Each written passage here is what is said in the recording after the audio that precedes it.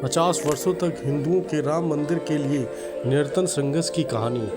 एक बाबर ने 1518 में अपने सेनापति मीर बाकी को अयोध्या के भव्य राम मंदिर को तोड़ने का आदेश दिया।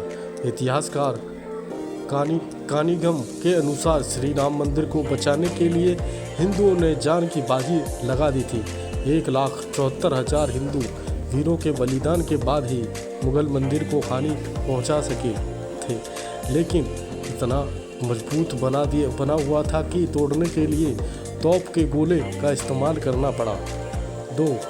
मंदिर को नष्ट करने के बाद जलाल शाह ने हिंदुओं के खून का गारा बनाकर लाखों ईंटों के बाबरी मस्जिद का निर्माण कराया था। डी नरेश मेहताब सिंह को जब मंदिर पर आक्रमण की जानकारी मिली तो उन्होंने बद्रीनाथ तीर्थ यात्रा रद्द कर दी और सैनिकों के साथ मीर बाकी से जा भिड़े। 17 दिनों तक चली भीषण जंग में दोनों की ओर से असंख्य सैनिक मारे गए। अंत में मेहताब सिंह समेत राम भक्त विद कौरी भी वीर गति को प्राप्त हुए। हंसवर रियासत के राजा रणविजय सिंह के कुल पुरोहित देवदीन पांडे ने 70,000 योद्धाओं के साथ पावर की सेना से श्री राम जन्मभूमि के लिए संघर्ष किया और उस युद्ध में पूरी तरह से घायल हो जाने के बाद भी उन्होंने अनेक मुगल सैनिकों के मौत की घाट उतारा और अंत में वीर गति को प्राप्त हुए। हंसवर रियासत के राजा रणविजय सिंह को अपने पुरोहित देवदीन पांडे के मृत्यु का समाचार मिला तो उन्होंने अपनी महारानी जय कुमारी को सत्ता सौंप दी और खुद 25,000 सैनिकों को लेकर श्री राम जन्मभूमि मुक्त कराने के लिए निकल पड़े और अंत में वीरवती को प्राप्त हुआ। राजा रणविजय सिंह के बलिदान के बाद महारानी जय कुमारी ने आनंद संप्रदाय के महंत स्वामी महेश्वरानंद से मिली तथा उनके साथ मिलकर श्री राम जन्मभूमि का संघर्ष जारी रखा। स्वामी महेश्वरानंद के नेतृत्व में मठों, मंदिरों और अखाड़ों के असंख्य नागा सांप्रदायिक को रक्षक पंथी और दिगंबर नारमोही निर्मले और नरवाड़ी साधुओं ने भी शस्त्र उठा लिए। उन्होंने शत्रुओं का छापा मार युद्ध नीति अपनाई। मीर बाकी इतना डर गया कि ताशकंद भाग गया। हुमायूं के काल में भी महारानी जय कुमारी और स्वामी महेश्वरानंद लगातार संघर्ष करते रहे। इन्हें 10वें युद्ध में सफलता मिली और श्री राम जन्मभूमि 2-3 सालों तक मुगलों से मुक्त रही। बाद में दोनों युद्धों मुगलों की विशाल सेना से लड़ते हुए वीर गति को प्राप्त हुए। अकबर के समय कोयम्बतूर से आए रामानुज संप्रदाय के स्वामी बलराम आचार्य ने श्री राम जन्मभूमि को मुक्त कराने के लिए 20 युद्ध लड़े। बाद में बीरबल और तोयमल की सलाह पर अकबर ने वहां एक छोटा मंदिर बनाने की अनुमति दी। शाहजहां के काल तक उस मंदिर से निर्विघ्न पूजा होती रही। 9.90 वर्ष निर्विघ्न पूजा होने के बाद औरंगजेब ने अपने सिपरस लाल जाबाज खां को सेना समेत मंदिर नष्ट करने भेजा। अयोध्या के अहिल्याबाई घाट पर परशुराम मठ था। वहाँ बाबा वैष्णव दास रहते थे। उनके साथ चिमटाधारी साधुओं की एक विशाल शिष्य मंडली थी। इन्होंने चिपटू और त्रिशूलों के साथ मंदिर की रक्षा करी और जवान खां को उल्टे पांव भागना पड़ा। औरंगजेब ने दूसरी बार सैयद हसन अली के विशाल सेना के साथ मंदिर नष्ट करने भेजा। बाबा वैष्णवदास ने समय रहते गुरु गोविंद सिंह से संपर्क साधा। वे सेना समेत मंदिर की रक्षा के लिए अयोध्या पहुंच गए।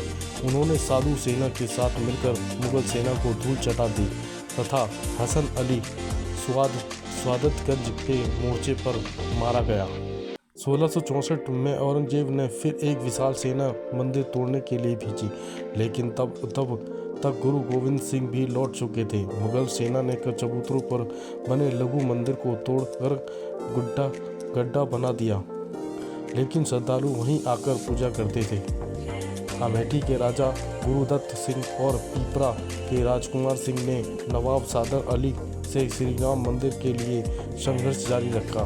हिंदुओं के लगातार हमलों से तंग आकर नवाब ने पूजा और नमाज दोनों की अनुमति दे दी। आज़ादी से पहले एक अंग्रेज सिपाही अब्दुल बरकत ने फैजाबाद जिलाधीश के नायर के सामने बयान दिया था और कहा था कि 22-23 दिसंबर 1941 की रात करीब 2 बजे उसने मस्जिद के अंदर हल्की रोशनी देखी थी, जो बाद में सुनहरी हो गई। इसके बाद उसने घुंघराले बालों वाले 4-5 साल के एक सुंदर बालक को देखा, जिसे देख वह हैरान हो गया तथा थोड़ी देर बाद देखता है कि मुख्य द्वार पर का ताला टूटा हुआ है और मस्जिद में हिंदुओं की भीड़ लगी हुई है और सारे लोग एक सिंहासन पर एक मूर्ति को रखकर पूज रहे हैं। राम मंदिर के आंदोलन के दौरान मुलायम सिंह यादव ने कहा था कि विवादित ढांचे पर कोई परिंदा भी नहीं मार सकता और 30,000 से ज़्यादा सुरक्षाकर्मी अयोध्या में तैनात किए गए थे, लेकिन कोलकाता के कोठारी बंधुओं ने मुलायम सिंह के दावे की हवा निकाल दी। 23 साल के राजकुमार कोठारी और 20 साल के शरद कोठारी दोनों भाई राम मंदिर के प्रति इतने समर्पित थे कि 200 किलोमीटर का रास्ता उन्होंने पैदल ही तय किया था, क्योंकि अयोध्या पहुंचने वाले सभी साधक रोक दिए गए थे। और 30 अक्टूबर 1990 को विवादित ढांचे पर सबसे पहले चढ़ने वाले युवक शरद कोठारी था। फिर बड़ा भाई राजकुमार कोठारी भी ढांचे पर चढ़ गया और भगवा ध्वज लहरा दिया।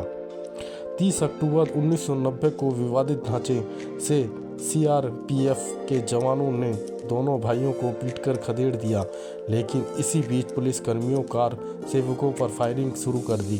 फायरिंग से बचने के लिए दोनों भाई लाल कोठी वाली गली में छिप गए, लेकिन दोनों भाइयों को पुलिसकर्मियों ने बाहर निकालकर पैरे में से गोली मारकर हत्या कर दी। सरकारी आंकड़ों में शहीद कार सेवकों की संख्या सिर्फ 5 बताई गई है, लेकिन मृतकों की संख्या इससे कई अधिक थी। श्री राम मंदिर के पक्ष में सुप्रीम कोर्ट का फैसला आने के बाद अयोध्या व आसपास के 105 गांवों के सूर्यवंशी क्षत्रिय परिवारों ने 500 साल बाद फिर से सिर पर पगड़ी और पैरों में चमड़े के जूते पहनकर अपने प्रण को पूरा किया। दरअसल इनके पूर्वजों ने 16वीं सदी में मंदिर बचाने के लिए मुगलों से युद्ध लड़ा था, लेकिन वे युद्ध हार गए थे। बता दें कि ठाकुर गज सिंह के नेतृत्व में मुगलों जंग हुई थी और इस जंग में ठाकुर गज सिंह हार गए। हारने के बाद गज सिंह से और श्री राम मंदिर जन्मभूमि पर कब्जा होने तक पगड़ी व जूते ना पहनने की प्रतिज्ञा ली थी तथा इसी प्रतिज्ञा का पालन उनकी आने वाली पीढ़ियों ने भी किया। श्री राम मंदिर जन्मभूमि के लिए हिंदू समाज ने 78 धर्म युद्ध लड़े, जिनमें 3,50,000 से ज़्यादा हिंदू वीरों ने अपने प्राणों की आहुति दी। बता दें कि बाबर के काल में 5 धर्म युद्ध, हुमायूं काल में 10 और अकबर काल में 20, औरंगजेब काल में 30, नवाब सादत अली के काल में 5, नसीरुद्दीन हैदर के समय 3, वाजिर अली के समय 2, अंग्रेजों के समय 2 और प्रधानमंत्री विश्वनाथ प्रताप सिंह के कार्यकाल में 1 धर्म युद्ध लड़ा गया था। 5 अगस्त 2020 को प्रधानमंत्री नरेंद्र मोदी ने श्री राम जन्मभूमि पर राम मंदिर के लिए शिलान्यास किया था। इसके साथ भव्य श्री राम मंदिर की नींव पड़ गई थी। 500 साल तक हिंदू समाज के सतत संघर्ष के बाद आज अयोध्या में भव्य राम मंदिर बन रहा है। मंदिर की ऊंचाई 161 फीट रहेगी। सिर्फ नींव में ही 2 लाख ईंटें लगेंगी, जिन पर श्री राम लिखा होगा। सीढ़ियों की चौड़ाई 16 फीट रहेगी। मंदिर में 5 गुंबद होंगे।